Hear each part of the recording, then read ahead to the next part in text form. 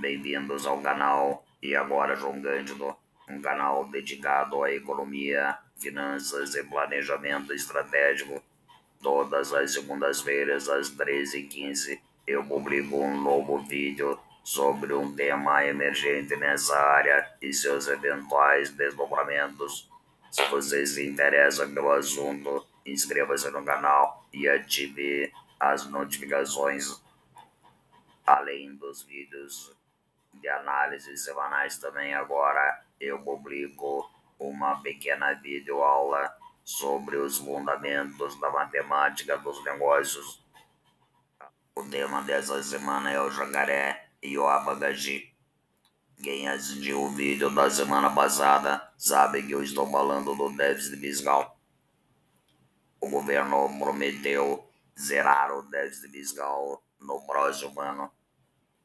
Mas como acreditar nisso se neste ano já iremos engolir um abacaxi que até agora promete ser de mais de 177 bilhões de reais e o ano ainda não acabou. Esse abacaxi de 177 bilhões de reais com a Selic a 12,25% ao ano e os títulos públicos para 5 anos e meio rendendo a Selic mais 0,1682% ao ano. Em 5 anos iria custar 337 bilhões de reais. Se o governo conseguisse captar esses 177 bilhões, e se fizesse isso e devolvesse os 337 bilhões depois de 5 anos e meio, isso significaria uma expansão monetária de mais de 90%. Sabemos que a expansão da base monetária, o aumento da oferta monetária provoca inflação. O governo usa a mentira dos gastos sociais como um abre de sésamo para a carteira do contribuinte. Uma enorme mentira que abre a boca do jacaré para os gastos públicos. Depois, o governo manda a conta desses gastos sociais na forma de inflação. A inflação é o imposto sobre a pobreza. Ela atinge principalmente aqueles que seriam os supostos beneficiários desses gastos sociais. Para conter essa inflação, o Banco Central terá então que aumentar a Selic, o que diminuirá o rendimento líquido desses títulos, aumentará os juros, inviabilizará negócios e fechará postos de trabalho. Um governo que não entende a fábula da galinha dos ovos de ouro vai entender a equação de Laffer. Com 2 meses de aulas cabuladas sobre economia em um curso de direito para tentar beijar a boca do jacaré, o governo então comprou o Centrão para aumentar impostos. Mentiu que a reforma seria para simplificar e diminuir a burocracia, reduzir o número de impostos e diminuir a carga tributária. A realidade é o aumento do número de impostos, o aumento da carga tributária e a coexistência do sistema atual com o novo emaranhado tributário por 10 anos. A briga por privilégios e isenções destrói a tese da reforma e a cada privilégio a alíquota geral precisa aumentar, pois ao contrário do setor privado hospedeiro, o governo parasita não cogita reduzir despesas. Alguém acreditou mesmo que os políticos e o governo iriam propor uma reforma tributária para reduzir o seu quinhão no butim. Os governadores e prefeitos vão perder o controle sobre os atuais impostos estaduais e municipais centralizados futuramente no IVA federal.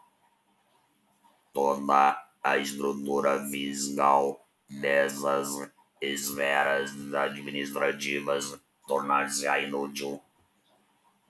Vão extinguir suas estruturas arrecadatórias. Duvido.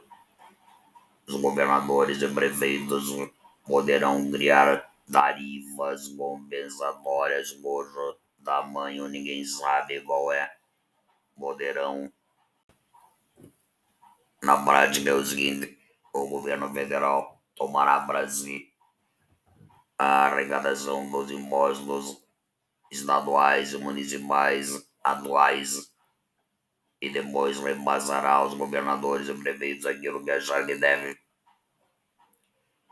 Os governadores e prefeitos andarão por Brasília de pires na mão, mendigando repasses e vivendo das tais tarifas compensatórias. Está decretado o fim do Pacto Federativo. Agora, nesse momento, os governadores já estão aumentando suas alíquotas de ICMS para futuramente aumentarem a média da arrecadação no estabelecimento das suas alíquotas do futuro IVA. Eu fiz uma simulação com uma alíquota do IVA de 28,5%, que é mais ou menos o que se cogita hoje no Congresso. É importante lembrar que os impostos sobre o valor adicionado, IVA, são calculados utilizando-se a sistemática da alíquota legal, que é diferente da sistemática da alíquota real. É bem simples, você deve ter visto isso lá no ensino médio, ou pelo menos deveria ter visto. Se não se lembra ou não viu, não se preocupe, assista às minhas aulas sobre o fundamento da matemática dos negócios lá no meu canal.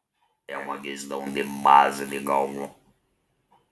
Na sistemática da alíquota real, a base de cálculo é o fator gerador do imposto, é o seu consumo do bem ou do serviço.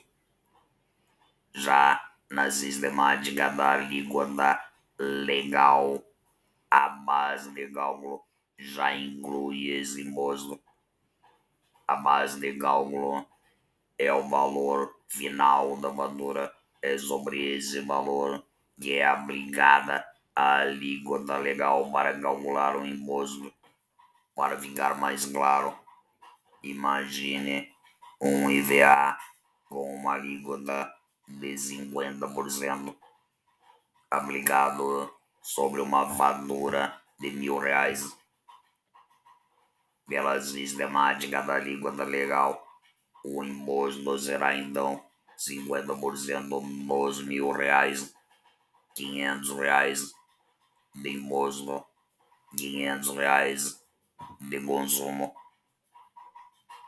Porém, se a sistemática fosse da alíquota real, os R$ 500 de imposto representariam 100% dos R$ 500 de consumo. Então, uma alíquota legal de 50% equivale a uma alíquota real de 100%. Eu resolvi fazer então um exercício com a minha conta de energia elétrica. Peguei um mês lá em que eu consumi 461 kWh. Retirei dessa conta a taxa de iluminação pública, que não sofre incidência de impostos, e sobraram R$ 375,92. o valor do meu consumo foi de R$ 290,64. Esse valor não aparece em lugar nenhum da fatura. Mesmo se eu somar a taxa de iluminação pública, não há explicitação do valor do serviço consumido. Sobre o valor desse consumo, então, incidirão o PIS e o COFINS com uma alíquota legal conjunta de 5,7133%.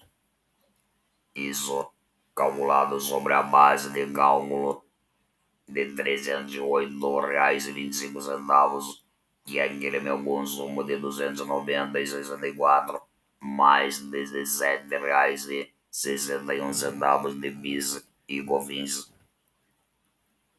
Sobre este novo valor, então, de R$ 308,25, incidirá a alíquota legal de 18% de ICMS. Lembrando que ela incide, portanto, também sobre o PIS e COFINS, que não são bens e serviços, são tributos. Eu calculei, então, quanto esses impostos acrescentaram ao valor do meu consumo e obtive no 29,34% de alíquota real. Praticamente 30% de acréscimo sobre o meu consumo eu pago hoje de impostos. Agora vamos supor que esses impostos então sejam substituídos pelo novo IVA com uma alíquota de 28,5%, que é a alíquota que o Congresso está prevendo. O acréscimo de impostos sobre o meu consumo efetivo de energia elétrica será então de 39,86%. Praticamente aumentará de 30% para 40% sobre o meu consumo e sobre o consumo de toda a cadeia produtiva, com os óbvios impactos. Isso vai acontecer com combustíveis, telecomunicações e demais insumos. Então, o governo vai sim aumentar os já absurdos impostos. A nós restará então protestar e pagar. Bem, este foi o nosso vídeo desta semana. Eu espero que ele tenha sido útil para melhorar a compreensão da reforma tributária e seus impactos. E se vocês estão estranhando eu estar todo de preto, é luto por Gladstone Pereira da Cunha e pelo meu país. Até a próxima segunda-feira.